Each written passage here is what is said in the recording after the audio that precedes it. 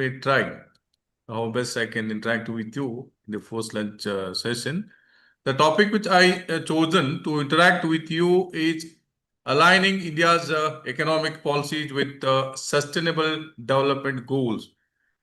Friends, you have been listening from the few days on sustainable development goals, and you might have already, had a brief outline about why is sustainable development goal and what are its mandate and other things by the previous speaker. So my task here is to how Indian government, both center and state, evolved economic policies which target attaining sustainable development goal which are set by United Nations by 2030. What I will do in my presentation is, after a brief introduction in the beginning, I will take one by one sustainable development goals 1 to 17, and I specify need of this sustainable development goal and what is the target, and most importantly, how state and center try to align their the economic policy to reach these the 17 sustainable development goals. So dear participants, if do you have any clarification, any questions, you can stop me at any time. Okay, and there is no hesitation. So let it be more of interactive session rather than one-way lecture from my side. So let me briefly try to review how this sustainable development goals have been evolved over the year. As you know all, in those years, countries of the world used to classify on the basis of their per capita income to classify whether a country is developing, developed, and backward in least developing countries.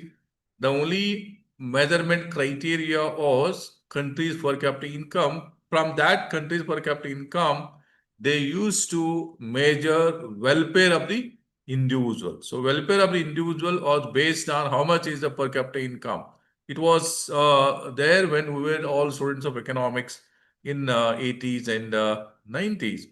Over the years, due to limitations in measuring the per capita income to representing countries' progress, so they started evolving because per capita when you take the average income of all the citizens of the country, some may be very rich and some may be poor. For instance, you take case of Ballari district in Karnataka, the per capita income is one of the highest, comes top point in the country because some are very rich and some are very, very poor. So that is not a, correct representation.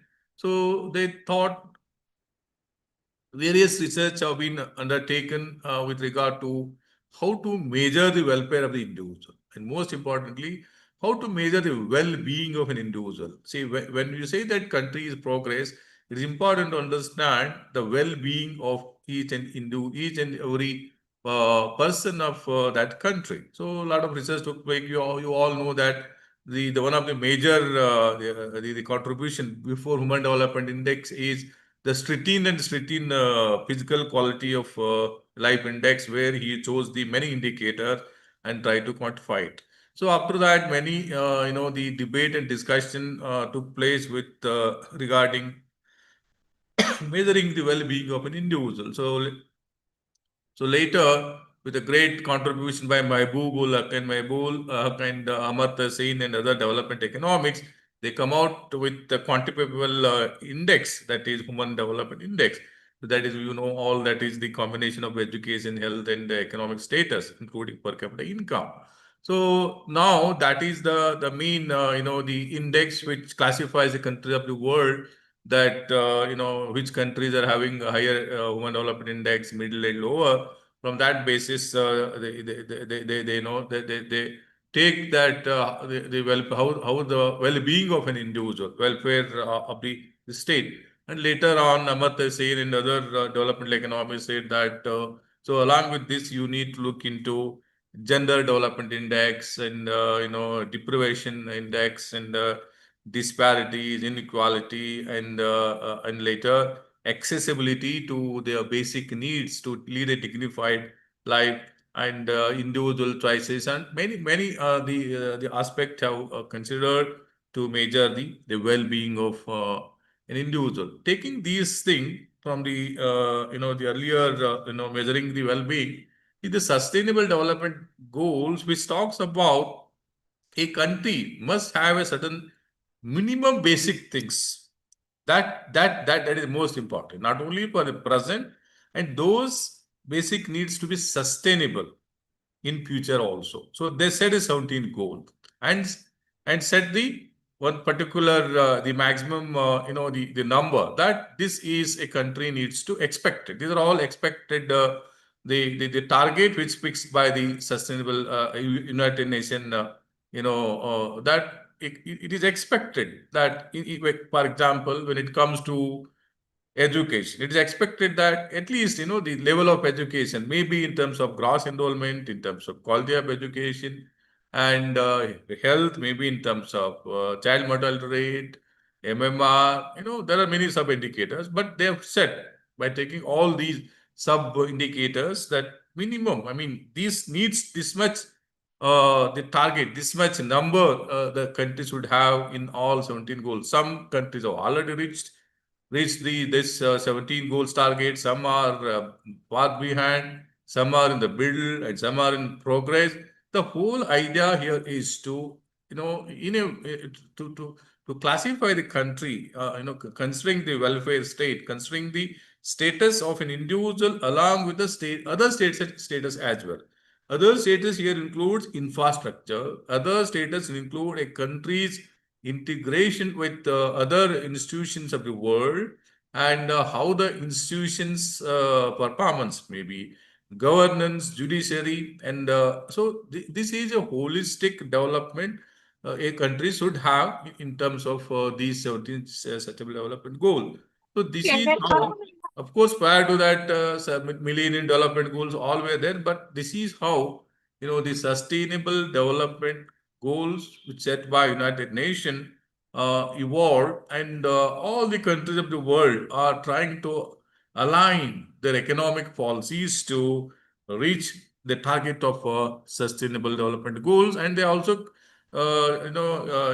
estimated through this 17 goal we can also estimate overall in that the index how we estimate human development index. Similarly we can estimate sustainable development goal index. So this is the index which indicates where we stand in terms of our status in term within the across the country. I mean across various states. Even for your information, district level sustainable development goal index has started calculating in this country. So now, during the 2015, the United Nations has brought sustainable development goal. So since then, India is very much serious about align its economic policy to target these 17 sustainable development goals. So India has formally adopted the UN 2030 agenda and integrated the 17 sustainable development goals into national plan. The moment the United Nations has set 17 sustainable development goal, India is very much forefront to integrate these sustainable development goals into national plan. That means in each and every national, including state, the planning. So these are, the policies are, aligned with sustainable development goal. So the government, with the help of Niti Aayog, of course, with the United Nations support, started constructing sustainable development goal for India. So sustainable development index for India. So country-wise, you notice sustainable development index. So if you look at sustainable development goal India index, you can see that composite score earlier it was 66. in 2020-21 increased to 71 out of 100 in the year 2023-24. This is the latest index we have with regard to Sustainable Development India Index. So within 4 to 5 years, there is an improvement by 5 points. In 2020-21, it was 66. It has increased to 71. And again, if you go by the sub-sustainable development goals, I mean, each sustainable development goal, you can see very interesting fact. Some have achieved by more points, some are less, and some are, the stagnant. So the notable improvements in sustainable development goal number 1, that is no poverty. This score has increased from 66 to 72, increased by 12 points. I think the highest improvement which are achieved among all sustainable development goals is the sustainable development goal 1, that is no poverty. And another sustainable development goal which we made the huge progress is with regard to climate action. This score increased from 54 to 67 between 2020-21 and 2023-24. Then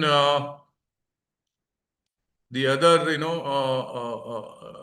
this is what you can see the performance at a snapshot. So no poverty, it was 60 in 2021, increased to 72, 12 points, and climate action increased by 13 points from 54 to 67. All composite sustainable development goals improved from 66 to 71.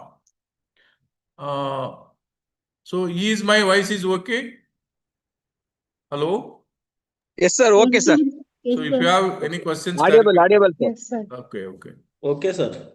Okay. Now, so what are the driving factors which made to improve indices of sustainable development goals of India over the years? Some of the factors which are listed. This is I made a preparation. Yes, sir.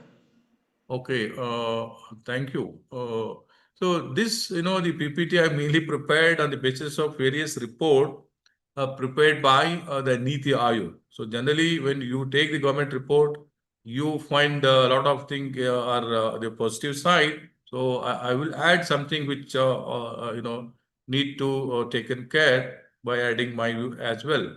So if we look at the driving factors for change in these scores. The government cites that alignment of economic policies towards the sustainable government as the contributor for this improvement in score. So alignment through various budget. If you look at the various budget from the various years, except during the COVID period, there is a continuous increase in capital expenditure. If you look at the last 2 budgets, the capital expenditure increased to around 10 lakhs. The latest, the budget, 11.5 lakhs crores and earlier 10.5 lakhs crores. Okay. So this is one of the reason, the government cites that there's improvement in, sustainable development indices, along with, the initiation of various flagship programs, which is initiated by both the center and the state, to say few of the major social sector schemes, PM Awas Yojana, which has brought a revolutionary change in house, providing houses to the needy, and PM Ujjwala. Crores of the poor households were able to get the free supply of the energy to cook. And another important the social sector scheme can say is Ayushman Bharat, providing the safety insurance, the safety to the poor people. So these are the 3 major the social sector scheme we can see. Of course, there are many. I will discuss further. We go for discussing in various slides. Then another big push for the improvement in the Sustainable Development Index of India is infrastructure push.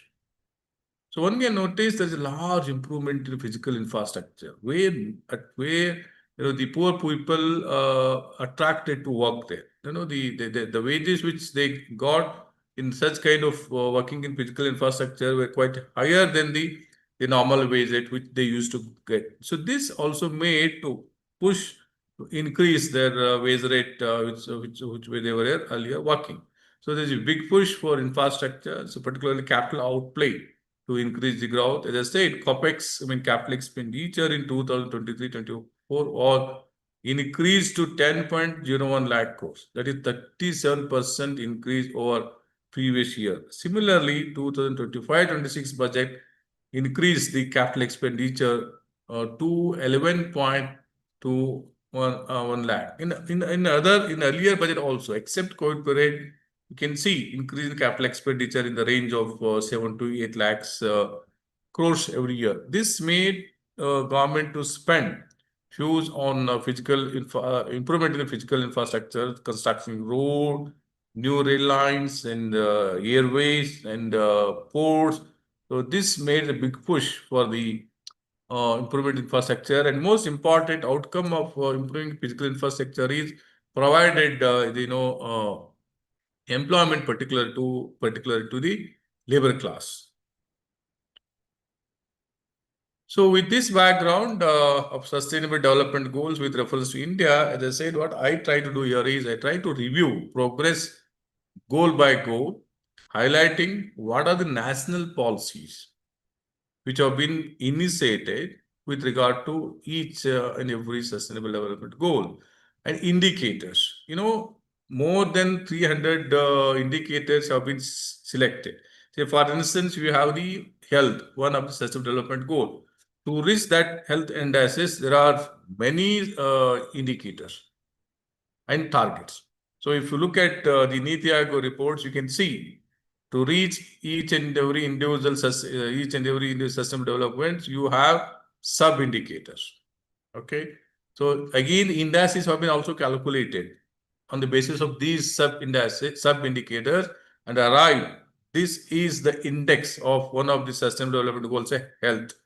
Each, the indices for each sustainable development goals have been estimated. So these indices have been estimated on the basis of many sub-indicators. Okay, and again, systematic targets have been also set. So every year, this much progress needs to be taken place, and by end of this year, this target has to be raised. So the blueprint is very nice, and they prepared systematically, stating that what are the sub-indicators and how this, the progress has to be take place on each sub-indicator over the year, and how the targets needs to be achieved, in a phased manner. So this presentation, what we say is review of progress goal by goal, highlighting national policies, indicators, and and select state programs for each sustainable development goals, including Karnataka. Many states have come out with new initiatives to align their economic policies with sustainable development goals. Now, let us start by the first sustainable development goal, one, that is no poverty. Yes, please, do you have any questions so far? Whatever I discussed, I will stop for a few minutes and expect some interaction from your side. So, my presentation is a kind of repetition for you, because some of you, I think this is the third day or second day of your course. Second day, sir. Second day, sir. Okay, because what happens when the theme is similar, when on a particular theme, sustainable development goals, there may be some kind of repetition from each speaker. I hope since it is second day, so there will not be any much repetition, whatever I'm doing here. Second day, sir. Sir, not much of repetition. Okay, then good from my side. And please interact if you have any addition, questions, any clarification. So let it be more interactive rather than just one way, because the rigorous course, many of you are senior and have been teaching economics since many years.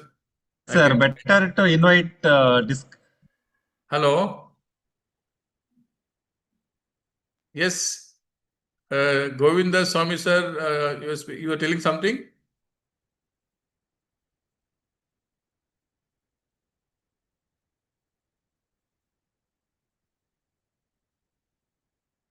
Yes. Shall we move or? Yes, sir. Move, sir. Discussion, sir. Yes, sir. Discussion mode. Please go ahead. Yes, sir. Yes, sir. Better to invite questions and a discussion mode, sir. It is useful this session.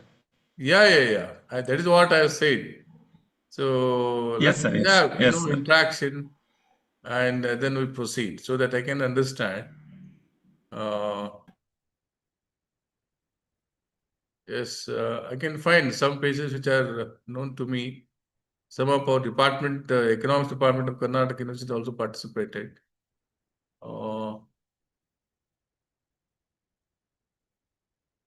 ಯಾರು ನಿದ್ದೆ ಮಾಡ್ತಾ ಇಲ್ಲಲ್ಲ?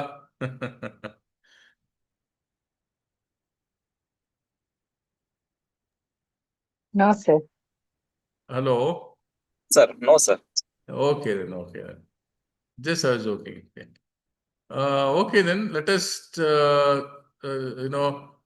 take one by one sustainable development goals.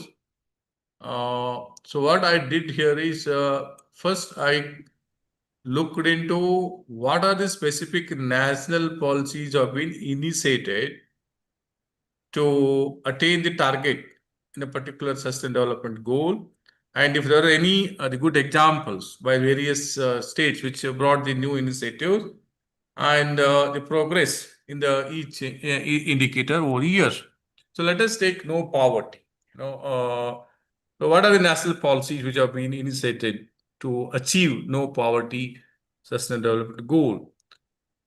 And most popular one, Mahatma Gandhi National Rural Employment Guarantee Act, which we all know that it guarantees 100 days of work to rural households and has been funded at record levels in various years. So, if you look at the average expenditure of Manrega, it is over 70,000 crores, 80,000 crores every year. During the COVID period, the central budget on the Manrega was more than 100 crores, not 100 crores. I'm not able to recollect. 90,000 crores, more than 90,000 crores. In COVID period, it was more than 1 lakh crore. The other national policies are Pradhan Mantri Garibi Kalyan Yojana. This is mainly focuses on providing free food grains to the eligible beneficiaries. This is for poorest of poor people, primarily those covered under National Food Security Act. India brought National Food Security Act, which guarantees, food grains to poor and poorest of the individual. So to completely avoid hungry, that no one should die without food. I'm sorry, and then to provide the basic minimum food grains, this National Food Security Act guarantees to each and particularly the poor people to aims to provide minimum amount of food grains. And another the national policies are expanded pension and insurance scheme. This gives a safety to the individual, Ayushman Bharat and other these safety nets, and Pradhan Mantri Awas Yojana. This is one of the massive program initiated by the central government. Even many state governments also partner in this particular housing scheme.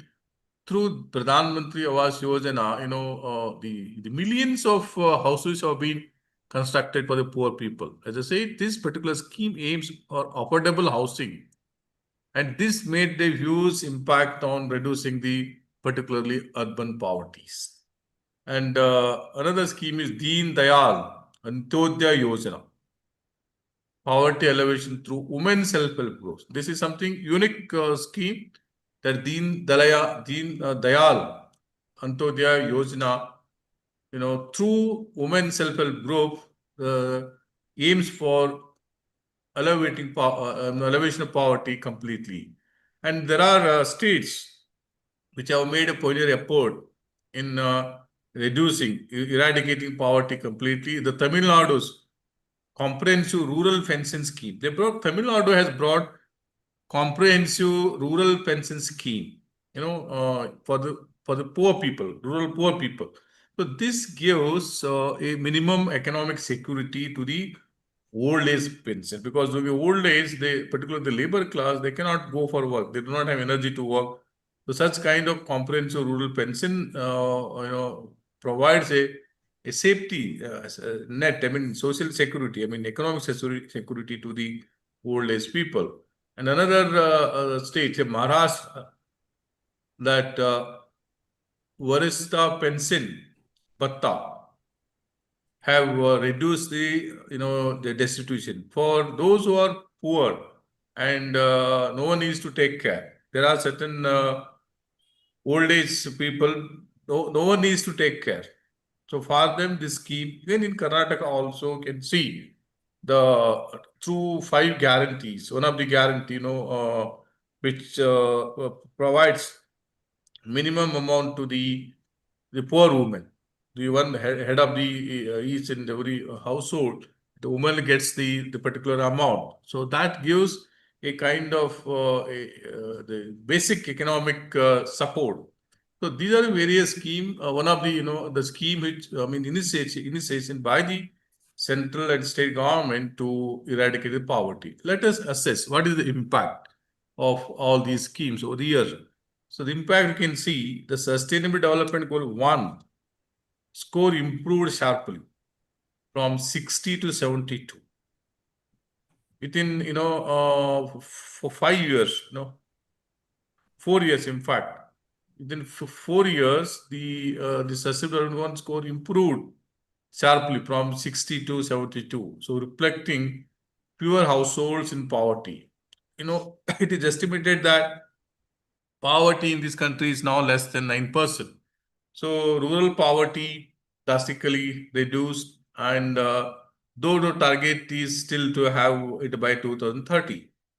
And between 2014 and 2021, India's poverty rate fell substantially, to less than 10%. Okay, and they reached the target that average earning is $3.2 day, $3.2 per day. This is data of 2019. Then, just a minute. Then in 2023-24, India moved this goal into front runner category. That because of huge improvement in this goal, now among all goals, India's score is highest, that is 72 in terms of no poverty. So in 2023-24, India moved this goal into front runner category. Then we have second sustainable development goal, zero hunger. Avoiding completely empty stomach. The National Food Security Act guarantees the minimum the free food grains. So minimum amount of free food grain is assured to each and every individual of this country. The total number of beneficiaries are 80 crores. More than 60% of India's population is covered under National Food Security Act, that providing free food grains. This is all done through public distribution. I think this is one of the highest in the world, that minimum food grains without any cost, charging nothing. 80 crores people are benefiting under this scheme. And another scheme, a big scheme in the entire country, with the partnership of center and state, is a midday meal scheme, where school-going children get free meal every day during their school hours. This has made a huge impact in terms of attracting gross enrollment ratio, and in terms of, most importantly, improving nutritious level of the school going children. Prior to this scheme, the gross enrollment ratio was very high. Gross enrollment ratio was very low. So dropout was very high. So this providing free, meal, particularly rural area, attracted the rural students towards school, coming to the school. And another, thing we can notice here is improvement in the nutritious level. The nutritious level was lowest in the world, in terms of percentage. So that improved a lot. The other scheme are Poshan Abhiyan. This under Poshan Abhiyan, nutrition targeting young children, particularly Anganwadis, and providing nutritious, food tablets to the pregnant women. So under the Poshan Abhiyan, both young children under the age of 4 or 5 and pregnant women are covered. This is also most important aspect we see. The national policy is PM Asha. Under PM Asha, minimum support price scheme is given, like subsidies for pulses, ILC. No, which are these? The food grains are considered very essential for healthy life, particularly to improve the nutritious level of all, and to become self-reliance in these, particularly edible oil and pulses, because 70% of our domestic demand of edible oil is met through import. That is, still we heavily depend on other countries to meet our domestic edible oil demand. So and subsidy. I mean pulses. Now we have improved a lot. The pulses we have become self-reliant. Of course, we are exporting a little bit also. By focusing these two, pulses and oil seeds, the PM Asha, the policy initiative, have been adopted since many years. Then, which are the states which have made a pioneer name with regard to zero hunger? Gujarat's Annapurna Yojana. Of course, in Karnataka, Indira Canteen has started since many years and provides food to everyone at highly subsidized rate. Maybe charging 5 rupees will get complete meal in Indira Canteen in Karnataka. So in other states, Gujarat's Annapurna Yojana, which provides subsidized grain to destitute seniors. So the destitute seniors who do not have anyone to take care, children or any other support by the relative, for such destitute seniors, the Gujarat government under the Annapurna Yojana provides a subsidized grain. And another state, Odisha. In Odisha, you have Mission Shakti, that is women's group, which includes food security components. So along with Karnataka, Gujarat, and Odisha, many states with respect to achieving sustainable development goals, zero hunger, have brought their own, the policy initiative, and also they are aligned with central policy initiative like, midday meal, or providing, the food grains at no price or at a highly subsidized price. Let us see the progress, how these policy made an impact. So there is a progress, but challenges are remain. India is currently in the performer category. When when we analyze the performance with regard to no poverty, what we say is a front runner category, because score 72. Here, score is with regard to is bit low, not 72, and so this is what classified as a performer category. That there's lot of work. There is a further need to improve in this Sustainable Development Goal 2, that is zero hunger. So, despite high production of food grains, we have 100 millions of food grains being produced over the years, despite high of food grains, and the malnutrition improvements have been gradual, but still we see existence of huge malnutrition among the school-age children, particularly the young children. The National Family Health, the scheme in 2020 show the stunning at 35% down slowly. Then the third one is Sustainable Development Goal third, that is good health and well-being. So good health and well-being are most important part of leading dignified life. In Sustainable Development Goal 3, what are the national policies? Let me list out Ayushman Bharat, health insurance and health wellness. This is one of the, the pioneer program attracted many countries of the world. If you look at the coverage of Ayushman Bharat, it is more than 30 crores. So the individual get up to 5 lakhs rupees the insurance, if we hospitalized and a certain disease also have been listed. So Ayushman Bharat, which has been in force since many years, health insurance and health and well-being, wellness service, wellness with an individual. Then we have a Janani Suraksha Yojana, pre-maternity in public hospital. So this is another important policy initiative. It provides a guarantees secured, institutional delivery for pregnant women. Under this Janani Suraksha Yojana, so we'll get a free maternity in public hospitals. Then we have Fit India. As you see, health is most important. Fitness is very important. Our Prime Minister is very, say the passion about having good health. Of course, it should be everybody passion. They brought particular policy initiative that is called Fit India. Through Fit India, the purpose of Fit India is to create awareness, particularly the school-going children and youth. Even this has made a part of curriculum for school-going children.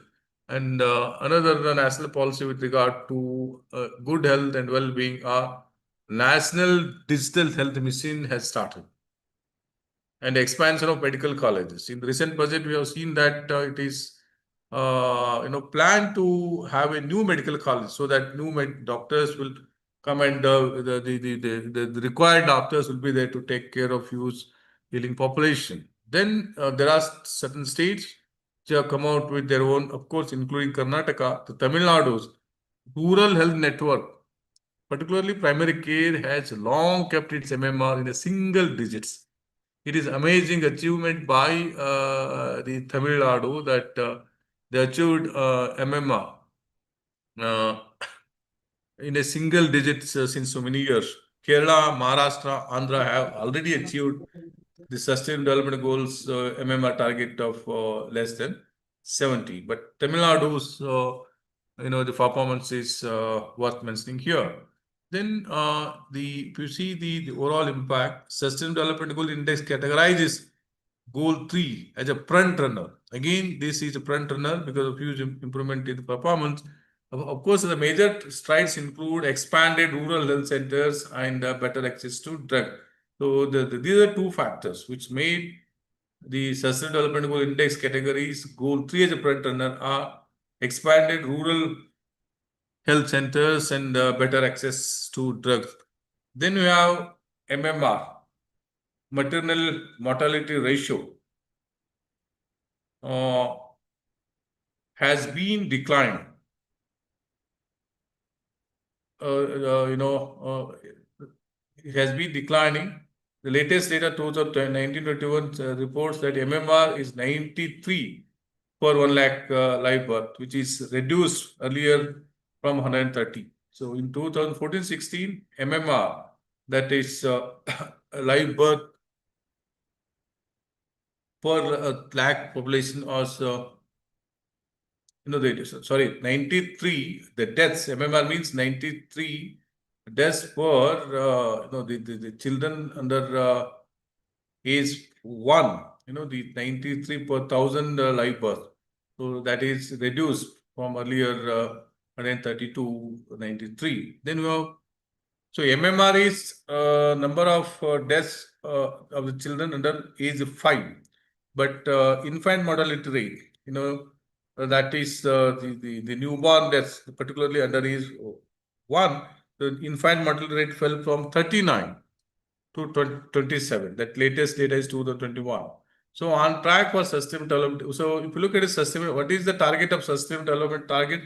It is less than are equivalent to 25. But India is on track, just less by 2.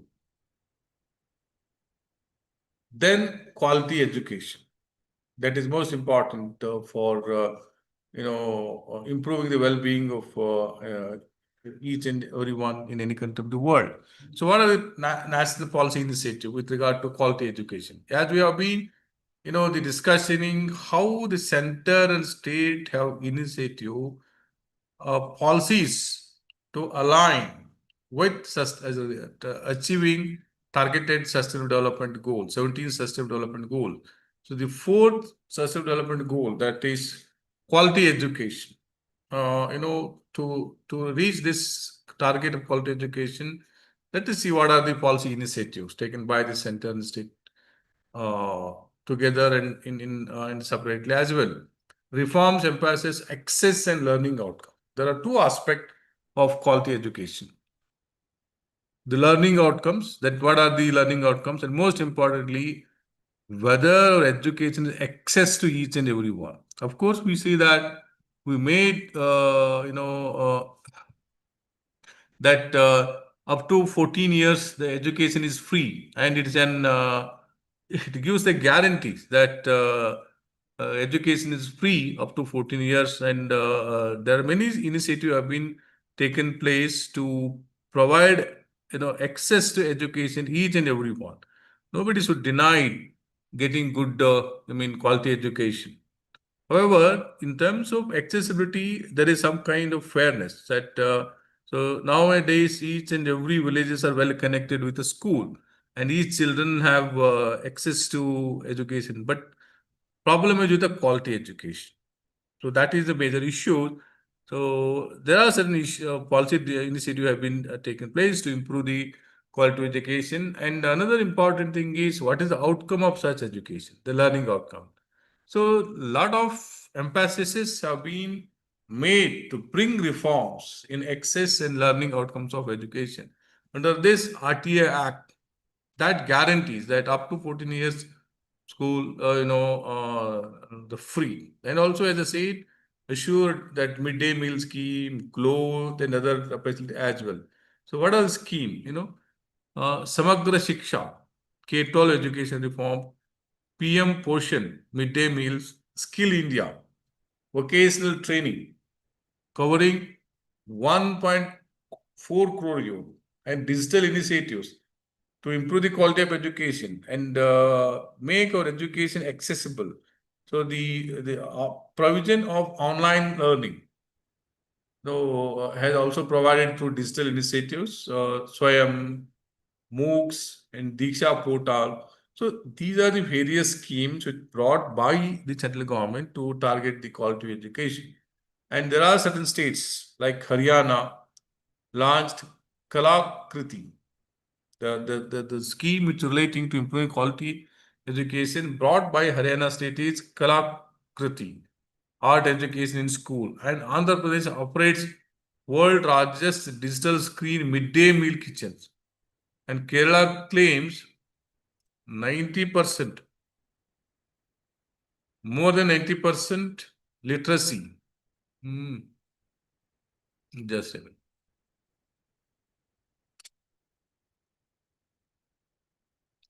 Okay. Kerala claims more than 90% literacy and strong public schooling. So Kerala has made a pioneer effort in terms of providing quality education, and the literacy rate is very high, and gross enrollment is also very high. Then performance of the Sustainable Development Goal 4, that quality education. So India's score has improved, but learning outcome is the worry. Still, learning outcomes are challenging. The issue is many reports, particularly the All India Education Survey report, ASER, gives us that there is huge mismatch between what kind of degree we provide and the application of these degree in society and industry. There is no, the huge mismatch. What kind of degree the university gives and what market demands. There's a report which says that 75% of India's undergraduate students do not possess required skill what market demands. So in view of this, the policy initiatives are, as I said earlier, and because of these policy initiatives, there is improvement in some of the aspect like gross enrollment in primary education is tremendously increased. Is reached to 95%, and female literacy still it is worrying improved lot, reached to 71%. Not too low compared to male literacy. However, learning poverty is a the concern in a sense. Uh, Particularly, during the COVID-19, there was huge setback for the many poor students. Then we have gender equality. It is very, very important because still in a country like India, there is a huge disparities in terms of access to education, in terms of job opportunities, in terms of pay, particularly in the daily wage earners, women and housemaid. And still, there is huge discrimination and disparity between male and female in this country in all aspects, political aspect, governance, at home, and so Sustainable Development Goals has made one of the goal that there must be gender equality. So what are the policy initiatives taken by the both central and state to have a gender equality? The Nari Shakti scheme by the central government. It is also known as Mission Shakti. What it does, it promotes safety, dignity, and self-reliance. These are the three important aspects. Safety, dignity, and self-reliance. So, Nari Shakti scheme. So can I ask you a question? Yes, please. This is regarding the quality education, no? So we've been seeing how there's been an increase Please, in the please be loud. Please be loud. Sab jor matatra. Okay, so this we have seen how there's been increase in labor force participation and all that, but Okay. still there is a disparity between actually what people what they are learning and what they are doing. So there is a mismatch between the way they are, for example, the graduates and the work they do. So what do you have to say about this, sir? Yeah, I completely agree with you. There is a mismatch between what market demands and what kind of education we provide to our the students. Keeping in this mind, NEP, which has been in force for the last 3 years, try to address this gap in terms of adding certain aspect in the curriculum which aims to improve the skill. For instance, certain the skill component has been added in curriculum that we see in the NEP based syllabus from the last 4 or 5 years. And also, it reminds me that Abdul Kalam, the view on this. The Abdul Kalam, the former, the late Abdul Kalam, the president of this country, he says from the school level itself, at least 25% of the curriculum should be focused on skill improvement. That what market demand. So then only a children become more employable. Of course, in the post NEP, we see that there is some amount of the skilling is, we can see, particularly in the central government schools, NCRT, there is huge scope. They have included in curriculum itself. Of course, many, in Karnataka government also, they try to, they have initiated many schemes to provide the vocational training, skill training to the students in the beginning. But looking at the country's large size and number of the children, school-going children, and huge demand, these initiatives, of course, they are good, appreciable, requires big push, requires more. So we have to have the initiative such a way that each and everyone, along with his acquiring knowledge, academic performance, he should be in a position to stand on his own after completion of his graduates. Stand on his own. He should, inculcate, entrepreneurial capacity. As you know, in economics, if supply creates its own demand. In the sense, so we prepare it, our students to to stand on his own, that to become more entrepreneur. If you become entrepreneur, he creates economic activities not only for himself, it also creates economic activities for others in a way of providing employment. And this has a huge spread effect. So there are some policy initiatives, of course, we must appreciate, but still we need to reach, our way towards this is very, still there's a long way to reach this particular goal, because India has the demographic dividend. So we have a young population. Now, if you educate our young population to make them employable at the global level, there is huge opportunity at a global level, because Europe is aging, USA is aging, Japan is aging, China, of course, where they need educated youth for their workforce. And India has the huge opportunity in this area. So there is a urgent need to focus on aligning our curriculum to more of meeting what market demands and the industry academic collaboration. We need to have a personnel to take classes from the industry, from the other side, instead of having only the subject oriented teachers. Each and every paper, there should be component practical oriented, applied part, and we need to add other aspect as well. You take economics, it has a huge demand. If you are good at quantitative techniques and in a position to analyze reports on the basis of data, and by applying certain econometric tool, the huge demand for economic students. Unfortunately, the way which being taught the various UG is something different. So that is the major issues. Sir, I am Yes, Dr. Vajida from Mangalore University. yes, I please. would, sir, I would like to know what would be your clarification for this quality education. As per the 2023-24 report by ISER, which has taken a survey on Okay. learning capability of the children, and also last year that was published by Azim Premji University also. Nearly Hmm. 42% of the students in the primary school are unable to do, basic maths, and they are not able to read and write. So with this scenario, how are we going to prepare our young generation for the quality education? Yes, yes, yes. You are 100% right, Dr. Vajida Madam. Your good observation. Really, it is huge concern on us. So when such students move on to higher degree, PU degree, and they come to UG and MA and even PhD, if you look at our thesis, they are horrible. Horrible in sense. Even no one feel to read. I don't know whether the PhD students himself reads the whole thesis or not. You leave the referees and guide. See, the things are getting pathetic. I think I'm not blaming government alone. I largely have a certain concern of the teachers itself. Of course, the teachers have used other responsibility along with teaching, and there is something I feel the present generation of teachers are not serious as they were earlier. If you ask your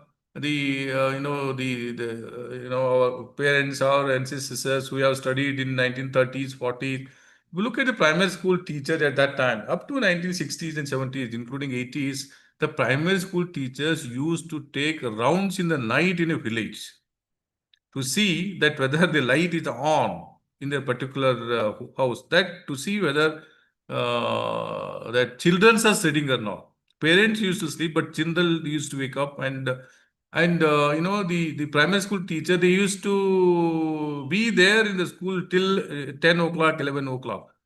They used to, after finishing school, the children used to come back to the school again. They used to study long hours from the evening 6 to till 10 o'clock, 9 o'clock. And the level of quality of education, which was there earlier, India witnessed a quality of education earlier. Now the quality of education is deteriorating. I'm talking about the lower level of education. And of course, we have made a huge improvement in technological education, medical, that is there. But I'm talking about, as Dr. Vajida has rightly pointed out, particularly in the village level, things are pathetic. You leave the English and other language, even they have used difficult in writing Kannada itself. And as you rightly pointed, this is a alarming the fact to the policymakers and government. Otherwise, this will create a huge problem in days to come.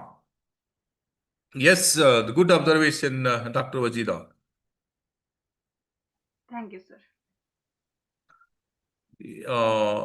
Yes, shall we move ahead?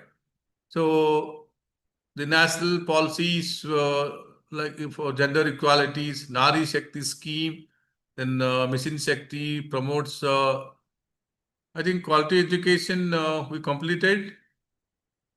I think, okay, we are completed policy. A National Institute for Quality Education, as I said, Samagra Shiksha, PM Poshan, Skill India, digital initiatives.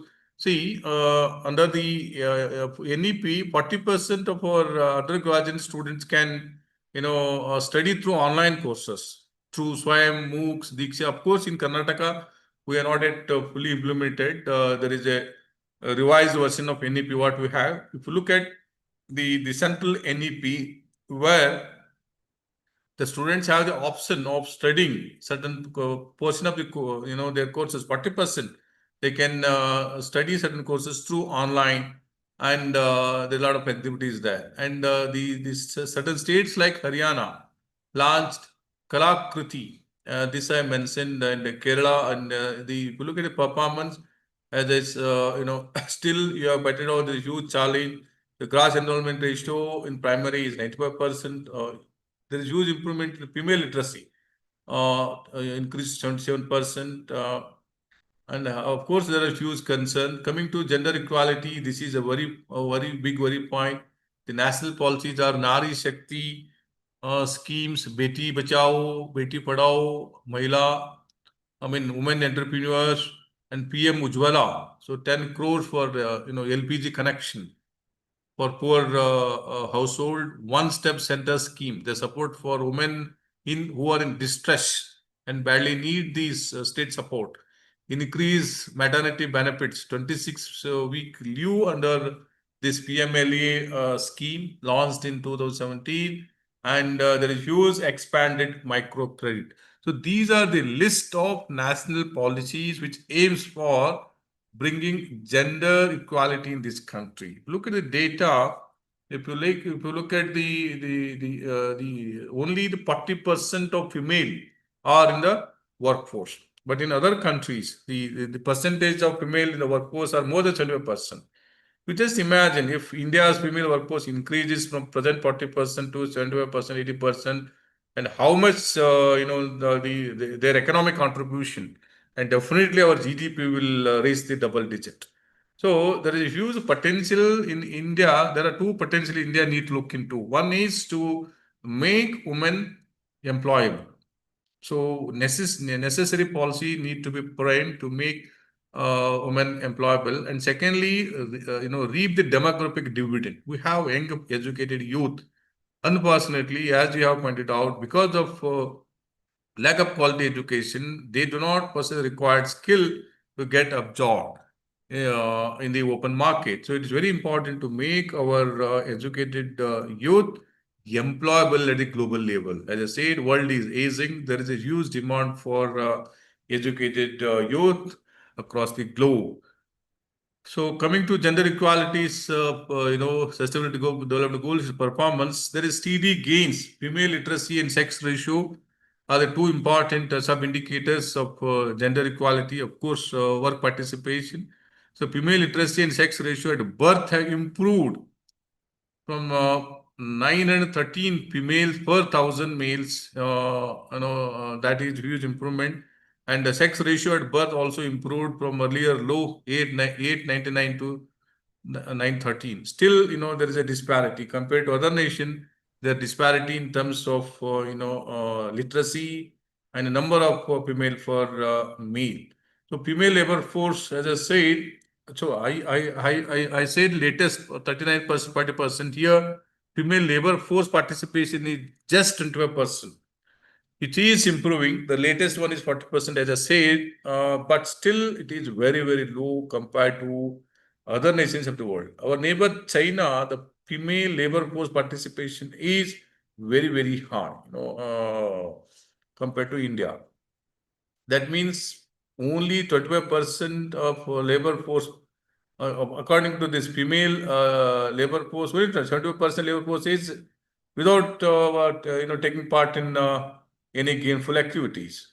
Then the Sustainable Development Goal 6, that clean water and sanitation. The various national policies like Jal Jeevan Mission, Safe Water to 19 crores rural homes.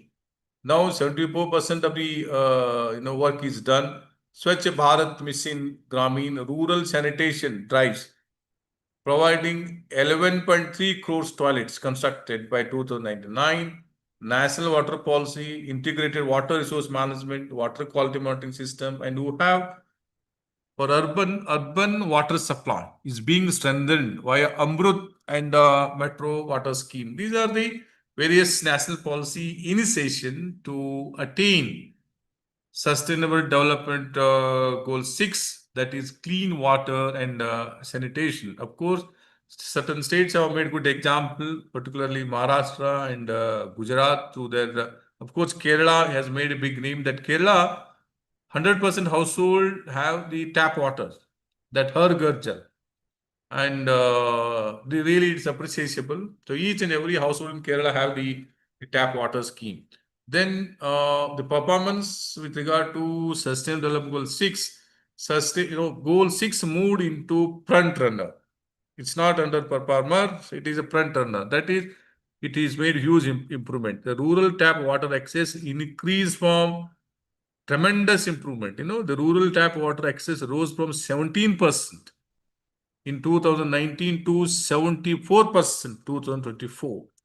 Over 90% rural habitations now have basic drinking water supply. See, 90% of rural habitations have the basic drinking water supply. Again, there is the great achievement. Then we have urban piped water coverage stands above 80%. Then we have the Swachh Bharat Mission declared India, that open defecation free. In 2019, building 11 crore rural toilets. So this is with regard to the national initiatives to achieve the target of Sustainable Development Goal 6, clean water and sanitation, and performance over the year to reach that target. Then, and most important is affordable and clean energy. Then what are the national policies? Favoring universal access and renewables. Ujjwal, Uday we have. Then household electrification. Then we have PM Kusum and we have PM India, that incentives for electrical vehicles, and you have International Solar Alliance, that global solar effort, and you have National Solar Mission. So these are the number of schemes which aims for providing affordable and clean energy.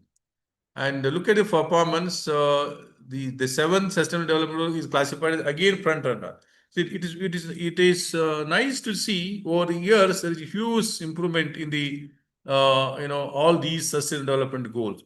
So nearly all Indian villages have electricity today, and the rural Saubhagya scheme achieved 99.9% households are electrification by 2019. It's good to see that 100%, almost near 100% of the household are access to clean water and access to electrification. These are very, very important for the rural population because it saves a lot of time for the labor class people.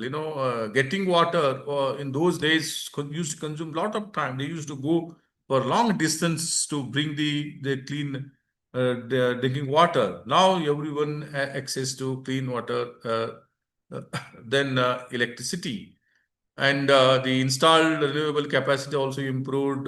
There is a peak power shortage has virtually disappeared, and we don't have the power shortage generally.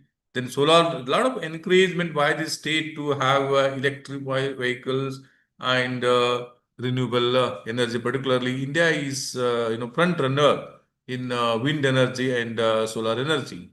Then we have decent work and economic growth. The policy initiations are make in India and sector specific the PLR, that production linked incentives, particularly to encourage the entrepreneurs and the startups.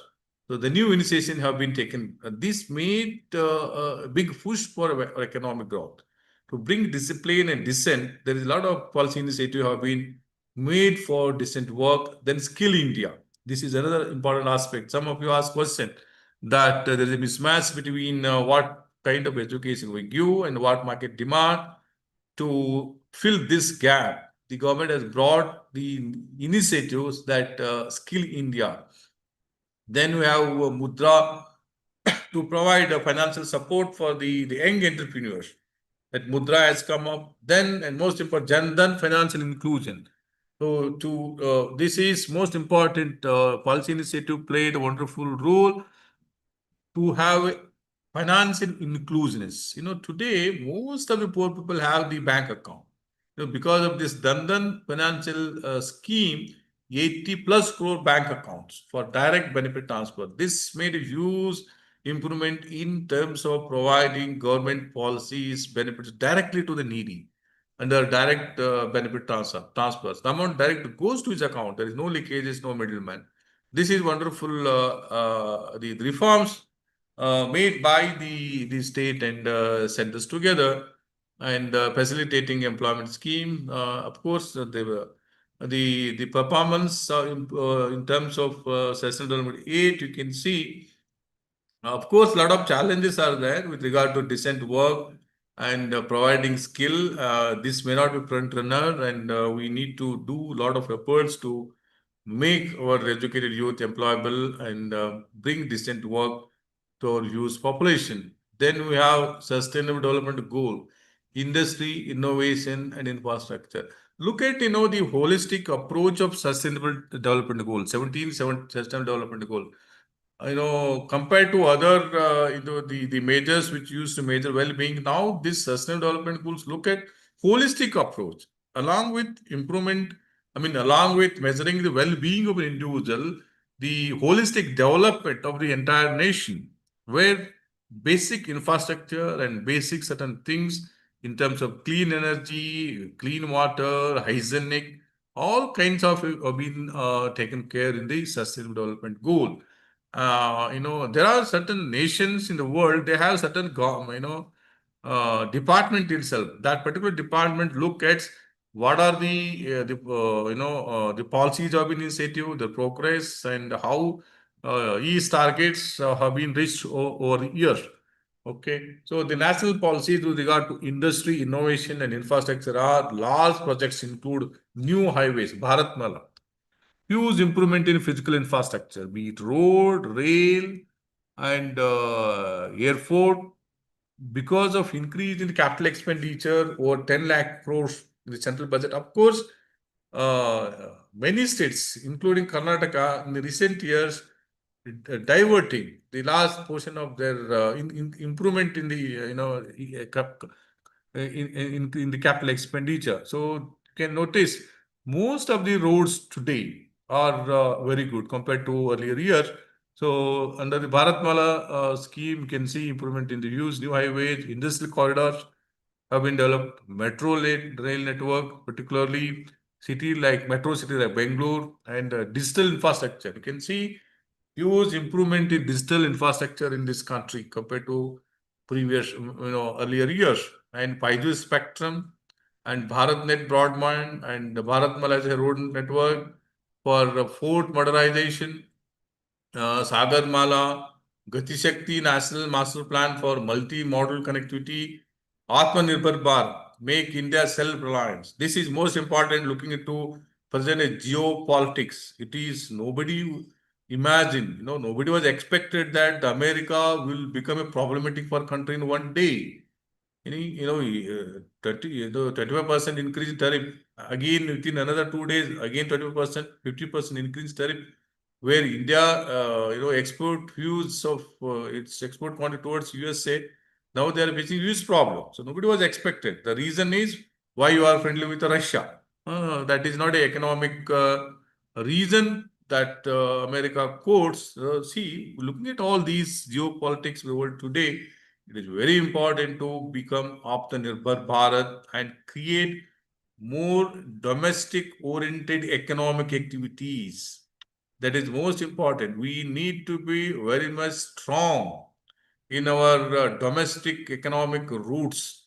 Otherwise, if external wind is so strong, then it creates huge problem for our roots, basic roots. So Atmanirbhar Bharat is most important, and Startup India is very, very essential because investment, innovation, entrepreneuring is very essential. So we need to encourage the new entrepreneurs. So the Startup India initiative is very much appreciable. However, we see various schemes, numbers, amount, but looking into India's vast demand, these are not suffice. These are not suffice. Big push, the big reforms are very much required. We need to have a reform such a way that huge investment should take place, be it the investment by Indians or abroad. So that investment, not in the investment, it includes the latest technology. It includes many other aspects. That kind of investment I'm talking about. So that is very, very essential. Coupled with the quality of human resources and other things are also very much required. So looking into the performance of the Sustainable Development 9, there is a improvement. Still, we need to do a lot. Coming to Sustainable Development Goals 10, reduce inequalities. The inequality is still high in this country, particularly in the post-economic reforms. Inequalities are increasing. So the schemes which are brought to align with the Sustainable Development Goals are Aadhaar, Uday, and Pradhan Mantri Jan Vishwa, and various schemes for SC/STs to reduce inequalities. Still, lot need to be done to achieve reduce inequality in this country. Then sustainable cities and communities.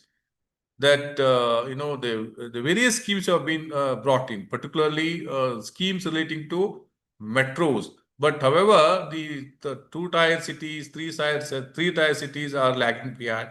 Big push investment is required for sustaining all cities and communities in the country. Of course, in a phased manner, in the first phase, they have targeted metros and views, in particularly the taluka level, there is huge infrastructure improvement is required. So various schemes like smart cities, PM Awas Yojana, Metro Rail, Jawaharlal Nehru National Urban Renewal Mission. These are all various schemes target sustainable cities and communities.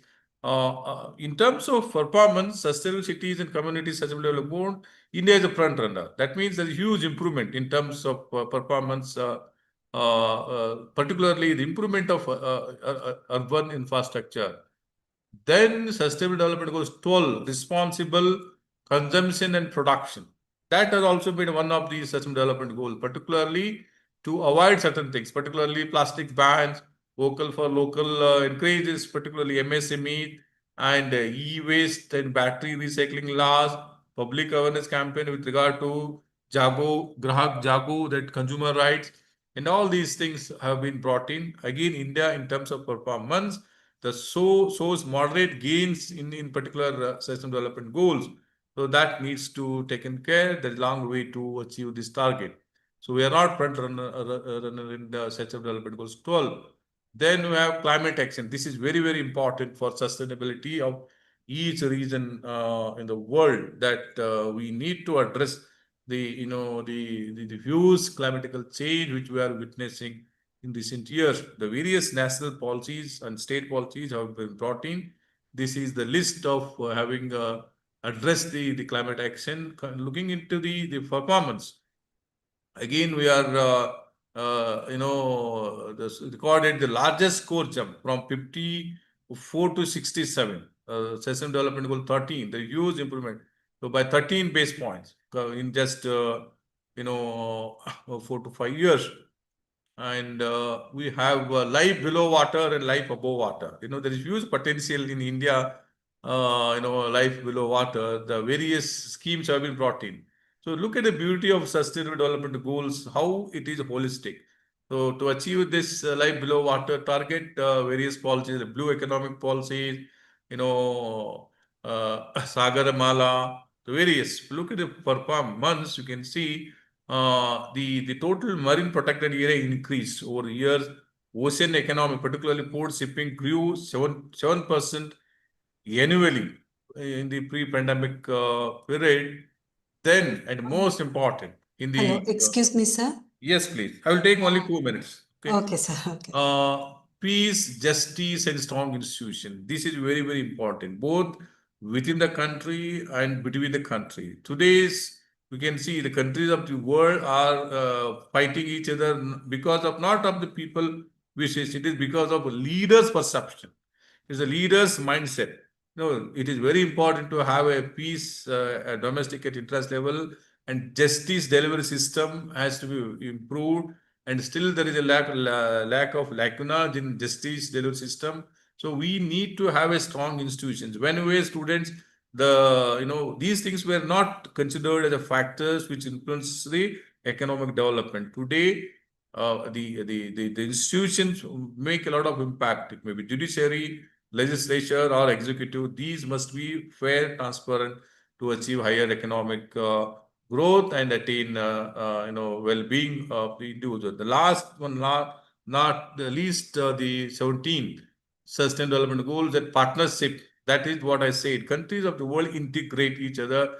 There must be, the transparency and harmony, and there must be, the collaborative effort in attaining these goals. So the various policies are active participation in Sustainable Development Goals implementation. So the things like the Niti Aayog has brought out the various the report with regard to how much target is being done and what needs to be done. So I'm sorry I was a bit fast in the end. So with this, I will stop from my side. So if there are any questions, I will take one or two. And in conclusion, I can say India has made improvement, particularly in areas like poverty, health, sanitation, and clean energy. And while other aspect, ecosystem, and of course, ecosystem, urban development, under these 1, 3, 6, 7, 11, and 15, there's a good improvement. At the same time, challenges remain, particularly malnutrition, biggest worry, waste management, inequality gap. These are the where India is underperforming, need to look into. So for educators and policymakers, India's journey illustrates how economic planning, Union budgets and national missions, and federal state partnership can drive sustainable development. So with this, I will stop from my side. So if you have any question, please. Sorry, I took